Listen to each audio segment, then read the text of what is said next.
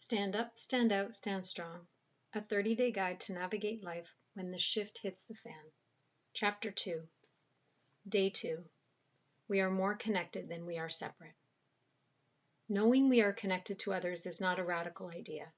It is something that many people experience on a daily basis without realizing it. The idea of oneness has been talked about forever, but the experience of oneness seems to be fleeting, or it happens without people knowing it. Just for fun, imagine your mind is wide open to trying on a different perspective. Be open and curious at the same time, so you can place judgment aside and see what happens with this idea as it comes into your awareness. All I'm asking is that you let go of everything you think you know and be wide open to another perspective, even if it is just while you're reading this. Blocks to new ideas is that we think we know what we don't know.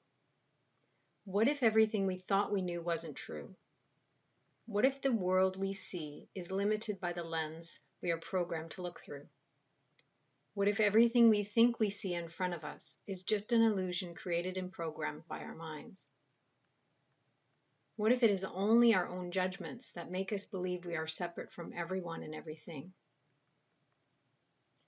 When I was a child, I had a very painful internal environment. My mind was often a thought storm of fear, worry, and anxiety.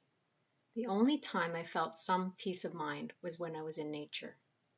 As a child, I was fascinated with any and all things natural: forests, trees, leaves, stones, rocks, shells, sand, mud, flowers, plants, insects, animals, streams,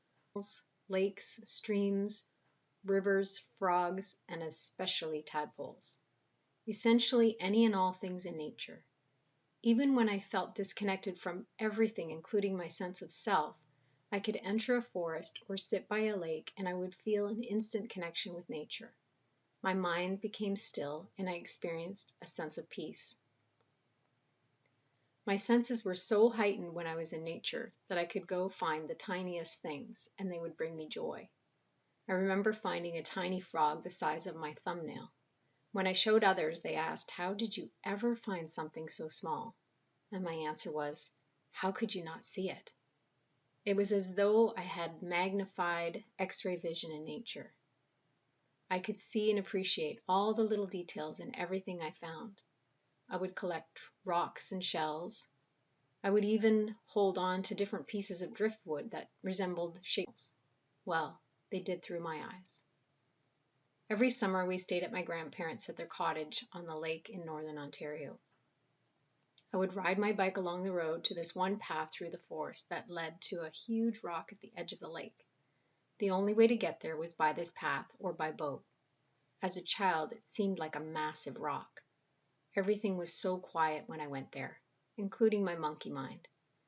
It was as though life slowed down and all was well in the world. I felt peace within and all around me.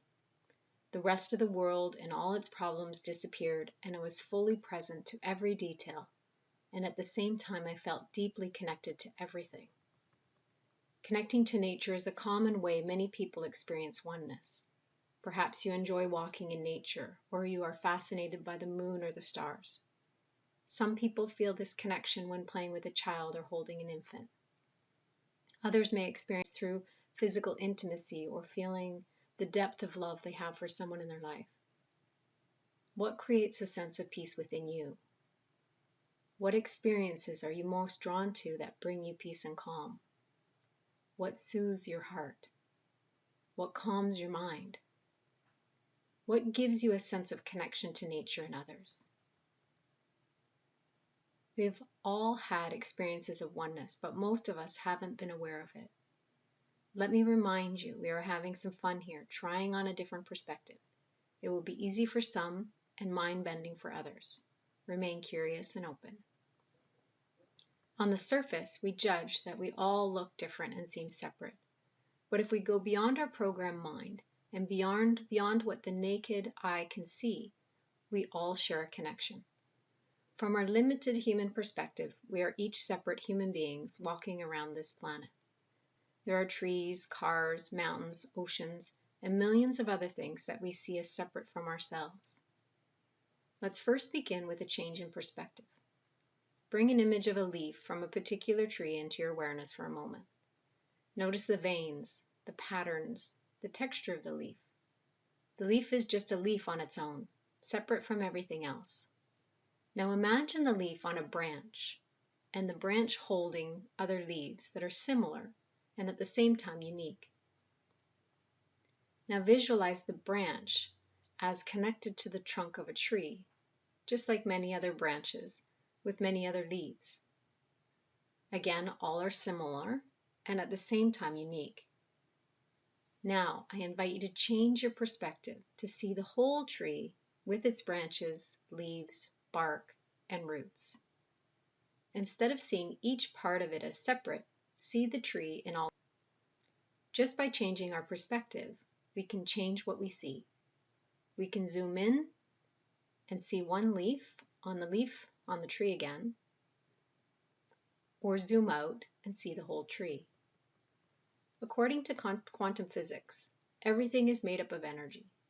The denser its energy, the more solid an object appears.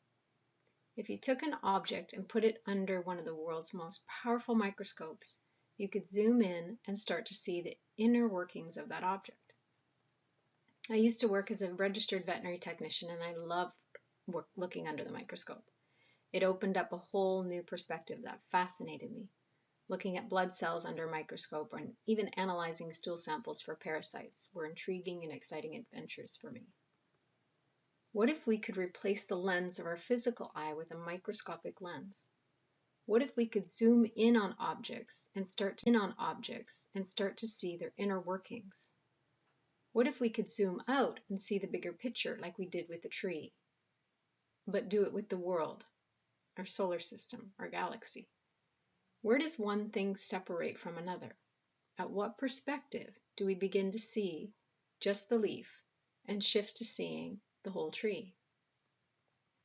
Now that we can see the whole tree, we can appreciate that all parts of that tree contribute to the health of the entire tree. For example, if one leaf became infected with a fungus, that fungus could spread and eventually impact the health of the entire tree. It might also spread to all the trees around it, impacting the entire forest.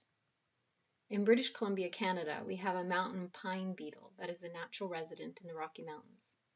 Mountain pine beetles can cause damage to pine trees throughout the province by laying eggs under the bark and introducing a fungus that interferes with water and nutrient absorption.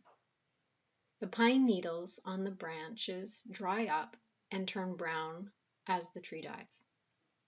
Our cold winters control the numbers of this insect. In the late 1990s, several warm winters allowed the population of the pine beetles to skyrocket, which resulted in the loss of millions of hectares of pine trees over a period of about 15 years. If we zoom out from one tree to a forest of trees to a province of trees, we can get an idea of how the sum of the parts affect the whole. It was the philosopher Aristotle who first coined the phrase, "The whole is greater than the sum of its parts." In other words, everything we do individually contributes to the whole of humanity. In every moment, our actions and non-actions are either helping humanity or harming humanity. Intentionally or unintentionally, we are constantly contributing to humanity. Therefore, if we hold a vision of working together and we are willing to play our part, we can positively impact the world as a whole and at the same time uplift humanity. The questions are, can we put aside our differences and can we begin to see that we are much more alike than we have been taught? If we ask, how are we the same, we can clearly see that we are all human and that we are all part of this world. In other words, we are the sum of all the unique parts that make up the whole of humanity. And if we zoom out, we see the whole planet. And then if we zoom out further, we see the whole galaxy, then the whole universe. So what part do you want to play? Do you wish to contribute to the problems, to be the pine beetle, or do you wish to be part of the solution? If we each play our part together, we can affect the change that leads to unifying us in love through connection, cooperation, and collaboration.